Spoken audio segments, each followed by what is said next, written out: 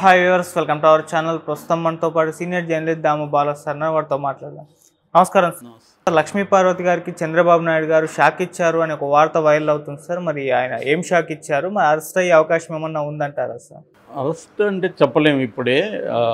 కానీ షాక్ అంటే మామూలుగా అందరూ చేసే పని. లక్ష్మీపార్వతి యాక్చువల్గా ఎప్పటి నుంచో చంద్రబాబుకి లక్ష్మీపార్వతికి పడదు, అది అందరికి తెలిసిన విషయమే. ఎందుకంటే లక్ష్మీపార్వతి రావడం తర్వాత ఎన్టీ రామారావు ఆమెను చేరదీయడం తర్వాత ఆమె చుట్టూ ఒక కోటరీ ఏర్పడింది. దానివల్ల అప్పటి వరకు చంద్రబాబుకి ఎన్టీఆర్ దగ్గర ఉన్న పట్టు అనేది పోయింది.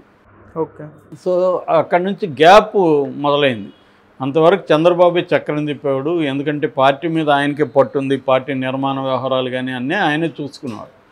ఎన్టీఆర్కి అవేమీ తెలియదు. సో అలాగా చంద్రబాబుకి ఇటు బ్యూరోక్రసీలో ఇటు పార్టీలో పట్టు ఉన్నది. దాన్ని బ్రేక్ చేయడం అన్నట్టుగా ఈమెమి యాక్టివ్గా చేసిందని చెప్పలేం. కానీ ఈమె చుట్టూ ఒక కోటర్ ఉపయోగించుకొని ఆ కోటరీ రామారావుతో క్లోజ్ అయ్యి వాళ్ళు చంద్రబాబుకి యాంటీగా ఉండడం మొదలుపెట్టారు బేసిక్గా. సో ఈమెను పబ్లిక్ లైఫ్లోకి తీసుకురాకుండా ఉంటే సరిపోయిండేది ఎన్టీ రామారావు. ఓకే. ఈమెను కొంత పబ్లిక్ లైఫ్లోకి తీసుకొచ్చాడు ఆయన. అక్కడ ఇబ్బంది అయింది. దాంతో ఈమె చుట్టూ ఇదయ్యి ఫైనల్గా ఎన్టీ రామారావుకి వ్యతిరేకంగా ఒక దాన్ని ఏమంటారు, కూ అంటారు మామూలుగా ఇంగ్లీష్లో, COUP, కూప్ అని చదువుతారు, కూ అంటారు. కూ అంటే ఒక తిరుగుబాటు. ఓకే. సో అటువంటి ఒక తిరుగుబాటు జరిగింది, ఆయన్ని పక్కన పెట్టేశారు. దీనికి లక్ష్మీపార్వతి విలన్గా చేపించి అప్పట్లో ఈనాడు లాంటి పత్రికలంతా చంద్రబాబు వైపు ఉండడం, చంద్రబాబుకి నేను ఇందాక చాలా వీడియోల్లో చెప్తున్నట్టు ఆయనకి మీడియా, కులము, వ్యవస్థలో మనుషులు, పార్టీ స్ట్రక్చర్, ఈ 4 అప్పుడు కూడా ఆయనకి బ్రహ్మాండంగా హెల్ప్ అయినాయి. ఆ రకంగా చంద్రబాబు సీఎం అయ్యాడు. అప్పటి నుంచి లక్ష్మీపార్వతి ఎన్టీ రామారావు చివరి రోజుల్లో ఆయన ఇబ్బంది పెట్టి వెన్నుపోటు పొడిచాడు అని చెప్పి ఇంకా అప్పటి నుంచి మా హస్బెండ్ ఎన్టీ రామారావుని చంద్రబాబు ఇలా చేశాడని ఆమె అప్పటి నుంచి చంద్రబాబుకి యాంటీగా ఆమె కత్తిగట్టి పనిచేస్తుంది. కాకపోతే ఆమెకి అంత పొలిటికల్ స్టామినా కానీ సామర్థ్యం కానీ లేదు. ఆమె మామూలుగా ఒక స్కాలర్. ఆమె ఎడ్యుకేషనల్గా ఆమెకు బాగా నాలెడ్జ్ ఉంది, ముఖ్యంగా తెలుగు లాంగ్వేజ్ కానీ తెలుగు లిటరేచర్లో ఆ మేరకి ఆమె ఉంది తప్ప ఆమె పొలిటికల్గా ఎప్పుడు కూడా ఆమె ఆర్గనైజర్ కాదు, పెద్ద పొలిటికల్గా నాలెడ్జ్ కానీ ఆ విషయాల్లో ఆమెకి లేదు. ఓకే. కాకపోతే పబ్లిక్ లైఫ్లో ఆమె అప్పటి నుంచి కంటిన్యూ అవుతుంది. మధ్యలో ఆమె పార్టీ పెట్టింది, కానీ అది కూడా పోయింది. సో ఆమె దగ్గర పెట్టించారు యాక్చువల్గా. సో ఆమెకి నిజానికి అంత స్ట్రాంగ్ యాస్పిరేషన్స్ కూడా, పొలిటికల్ యాస్పిరేషన్స్ లేవు, సామర్థ్యం లేదు, యాస్పిరేషన్ లేదు, అలాగా ఉండిపోయింది ఆమె. అయితే జగన్ వచ్చినాక ఆమె కొంత ఇంపార్టెన్స్ ఇవ్వడం మొదలుపెట్టాడు. ఎందుకంటే జగన్కి ఏంటంటే చంద్రబాబుకి యాంటీగా ఎవరెవరున్నా వాళ్ళని చేరదీయడం మొదలుపెట్టాడు. అంటే చంద్రబాబు ఇమేజ్ని ఈమె కొంత డ్యామేజ్ చేయగలుగుతుంది అనేది నిజానికి అది రాంగ్ స్టెప్ జగన్ వైపు నుంచి కూడా. ఆమె చంద్రబాబుని ఇమేజ్ని డ్యామేజ్ చేసే పరిస్థితి ఏమీ లేదు. దానివల్ల చంద్రబాబుకి ఏం డ్యామేజ్ కాదు, దానివల్ల జగన్కే నష్టం. కానీ జగన్ అది పట్టించుకోకుండా ఆమెను ఎంకరేజ్ చేశాడు. తెలుగు అకాడమీకి ఆమెను చైర్పర్సన్గా చేశాడు. ఆంధ్ర యూనివర్సిటీకి అదేదో గౌరవ ఆచార్యరాలు అనే బిరుదు, అదొక పోస్టు ఇచ్చారు. ఇదంతా ఏంటంటే ప్రభుత్వం ఏం చేస్తుంటుందంటే రకరకాల సెక్షన్లు ఆ పార్టీకి పనిచేస్తారు రకరకాల పద్ధతులు. ఇప్పుడు ఫర్ ఎగ్జాంపుల్ మన యూట్యూబ్ ఛానళ్ళల్లో వచ్చి తెలుగుదేశం తరపున విపరీతంగా మాట్లాడతారు. వాళ్ళందరికీ ఇప్పుడు కోరిక ఏంటి, తెలుగుదేశం వచ్చినాక మనకేదో ఒక పదవి ఇవ్వాలని. అందరికి ఇవ్వలేరు కదా, చంద్రబాబు ఇవ్వలేడు. వీళ్ళు ఒక 200 మంది 300 మంది ఉంటారు సో కాల్డ్ అనలిస్టులు. వీళ్ళకందరికి చంద్రబాబు ఇవ్వలేడు కదా. ఈయనప్పుడు వీళ్ళకి కోపం, ఆ కోపాన్ని మళ్ళీ ఓపెన్గా మాట్లాడలేరు. మన సర్కిల్లో, ప్రైవేట్ సర్కిల్లో వచ్చి సార్ అంతా ఎవరెవరో వెళ్ళిపోయారు సార్, మేము ఇంత కష్టపడతాయని వీళ్ళు వాపోతుంటారు. ఇలాంటి వాళ్ళ కోసమే రకరకాల పోస్టులు క్రియేట్ చేస్తారు.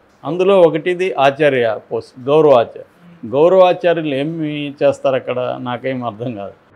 అనవసరమైన పోస్ట్ అది ఈమెకి ఇచ్చాడు జగన్. ఓకే. ఆల్రెడీ ఒకటి ఇచ్చాడు సైలెంట్గా, మళ్ళీ అది ఇచ్చారు. దాంతో ఈమె దాన్ని రిజైన్ చేసింది. ఏది, తెలుగు అకాడమీ దీనికి రిజైన్ చేసేసింది. మామూలుగానే అంతే, ఒక గవర్నమెంట్ రాగానే పాత గవర్నమెంట్లో ఉండే నామినేటెడ్ పోస్టుల్లో ఉండే వాళ్ళందరూ రిజైన్ చేస్తారు. చేయకపోతే ఎలాగో తీసేస్తారు. దాని బదులు రిజైన్ చేస్తే మర్యాదగా ఉంటుంది కదా అని రిజైన్ చేసి బయటకు వచ్చేస్తారు. అలాగే ఈమె కూడా రిజైన్ చేసి బయటకు, ఈమెకి నిజానికి తెలుగు అకాడమీ ఈమె ఏం చేసింది లేదు, ఆడ తెలుగు అకాడమీ పనిచేసింది లేదు, ఏమీ లేదు ఆడ. సో తెలుగు అకాడమీ, తెలుగు సాహిత్య అకాడమీ ఇవన్నీ ఊరికే పోస్టుల కోసం తప్ప అవేమి నిజంగా తెలుగు కోసం ఏదో పనిచేయడము, సాహిత్యం కోసం పనిచేయడం అనేది పెద్ద ఎత్తున ఏమీ లేదు.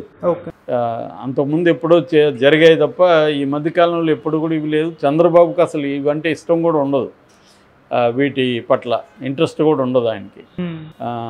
ఆయన చెప్పాడు కదా, ఓన్లీ ఇజం అంటే టూరిజమే అని చెప్పాడు, మిగతా ఇజాలు అనవసరం, చరిత్ర ఇవన్నీ చదవడం కూడా వేస్ట్ అని చంద్రబాబు ఎప్పుడో చెప్పాడు. ఆయన వెరీ ప్రాక్టికల్ మనిషి, ఆయన ఒక కంపెనీకి CEO లాగా మాట్లాడతాడు. సో ఈ క్రమంలో ఏంటంటే ఇప్పుడు ఆ ఏఈ ఆంధ్ర యూనివర్సిటీ ఏయు అంటారు, ఆ ఏయులో ఉండే గౌరవ ఆచార్యురాలు అనే బిరుదును ఈమెకి తీసేశారు. బిరుదు కాదు, పోస్టు. ఆ పోస్టును తీసేసి అక్కడ నిన్న రిజిస్ట్రార్ ప్రకటించాడు, ఇట్లా లక్ష్మీపార్వతి అనే పోస్టుని మేము తీసేసాము, ఆ స్థానంలో ఒక సీనియర్ రీసెర్చ్ స్కాలర్ని పెడుతున్నాము అన్నాడు. అయితే ఆమెకి ఏమన్నా శాలరీ ఇచ్చారా, గౌరవ వేతనం అంటారు, గౌరవ వేతనం ఏమన్నా ఇచ్చారా, హానరోరియం ఇచ్చారా అంటే లేదు, అదేమి గౌరవ వేతనం అయితే మేమేమి ఇవ్వలేదని కూడా రిజిస్ట్రార్ చెప్పారు. సో ఇది షాక్ అని ఇప్పుడు మీడియా అంతా రాస్తుంది. లక్ష్మీపార్వతి షాక్, ఆమెను అరెస్ట్ చేస్తారు. ఆమెను అరెస్ట్ చేయడానికి దీంట్లో ఆమె చేసిన తప్పేం లేదు, ఆమె ఏదో జగన్ ఇస్తే తీసుకున్నది ఉంది, ఇప్పుడు తీసేశారు. దానివల్ల ఆమె ఏమన్నా అక్రమాలకు పాల్పడి ఉంటే, ఇప్పుడు తెలుగు అకాడమీలో ఆమె ఏమన్నా అక్రమాలకు పాల్పడి ఏమన్నా దుర్వినియోగం చేసి డబ్బులు అవన్నీ చేస్తుంటే ఖచ్చితంగా అరెస్ట్ అయ్యే అవకాశం ఉంది. కానీ అటువంటి ఆరోపణలు ఇప్పటివరకు అయితే ఏమీ లేవు. మరి ఏమన్నా తర్వాత చేస్తారా? ఎందుకంటే లక్ష్మీపార్వతి మీద కూడా కోపం ఉంటుంది చంద్రబాబుకి. ఈమె పెద్ద నసలాగా ఎప్పుడు చూసినా ఛానల్కి వెళ్ళి వెన్నుపోటుదారుడు, చంద్రబాబు ఒక దొంగ, చంద్రబాబు ఒక నీతి లేదు, ఇవన్నీ మాట్లాడుతూ ఉంటుంది అనే కోపం ఉండొచ్చు. కానీ నాకు తెలిసి ఆమెను జైలుకి పంపించే పని చేయడం, ఎందుకంటే ఆమె ఆల్రెడీ ఏజ్ అయింది ఆమెకి, ఈ వయసులో జైలుకి పంపిస్తే ఆమెకు సింపతి వస్తుంది తప్ప చంద్రబాబుకి ఏమీ మైలేజ్ ఏమి ఉంటుంది. కాబట్టి నేను అనుకోవడం చంద్రబాబు అట్లాంటి బుద్ధి తక్కువ పని చేస్తాడని నేను అనుకోవట్లేదు. ఆయనకి సీజన్డ్ పొలిటీషియన్, ఆయన ఏ పని చేస్తే దాని ఫలితం ఏంటో ఆయనకి బాగా తెలుసు.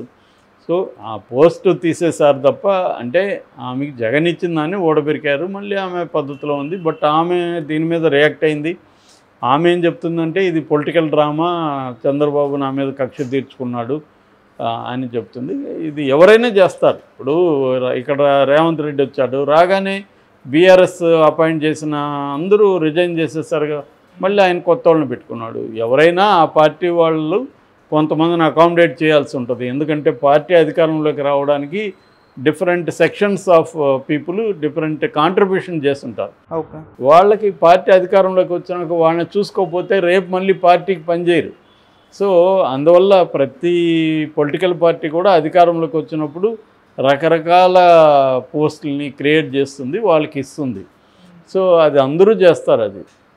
ఇది basic necessary condition. Political party survival అయ్యి పొలిటికల్ పార్టీ స్ట్రాంగ్గా అధికారంలోకి రావాలంటే పొలిటికల్ పార్టీకి డిఫరెంట్ ఇన్ఫ్లుయెన్సర్లు కావాలి, ప్రజల్ని ఇన్ఫ్లుయెన్స్ చేసేవాళ్ళు డిఫరెంట్ సెక్షన్లో ఉండాలి.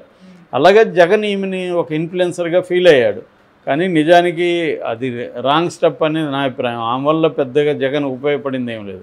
కాకపోతే ఆమె అప్పుడప్పుడు ఆ సాక్షి టీవీలోనూ అక్కడెక్కడ పోయి కూర్చొని చంద్రబాబుని చెప్పడం, పాతకాలంలో ఎన్టీ రామారావు లాస్ట్లో ఎట్లా బాధలు పడ్డాడు అవన్నీ చెప్పడం, దానివల్ల ఎవరైనా ఎన్టీఆర్ అభిమానులకి ఉన్న కొంతవరకు విషయాలు తెలియచ్చేమో. కానీ కొత్తగా ఆమె చెప్పేది ఏముంటుంది, చంద్రబాబు అనేది ఎప్పుడో జరిగిపోయింది. అది ఇప్పుడు వచ్చి అందుకనే మనకి రామ్ గోపాల్ వర్మ చెప్తే కూడా పెద్దగా దాని ప్రభావం ఏం పడలేదు చంద్రబాబు మీద, ఎందుకంటే ఆయన కొత్త ఏమి ఉండదు కదా. అందరికీ తెలిసిన విషయాలను మళ్ళీ చెప్పడం ఏంటి ఉపయోగం?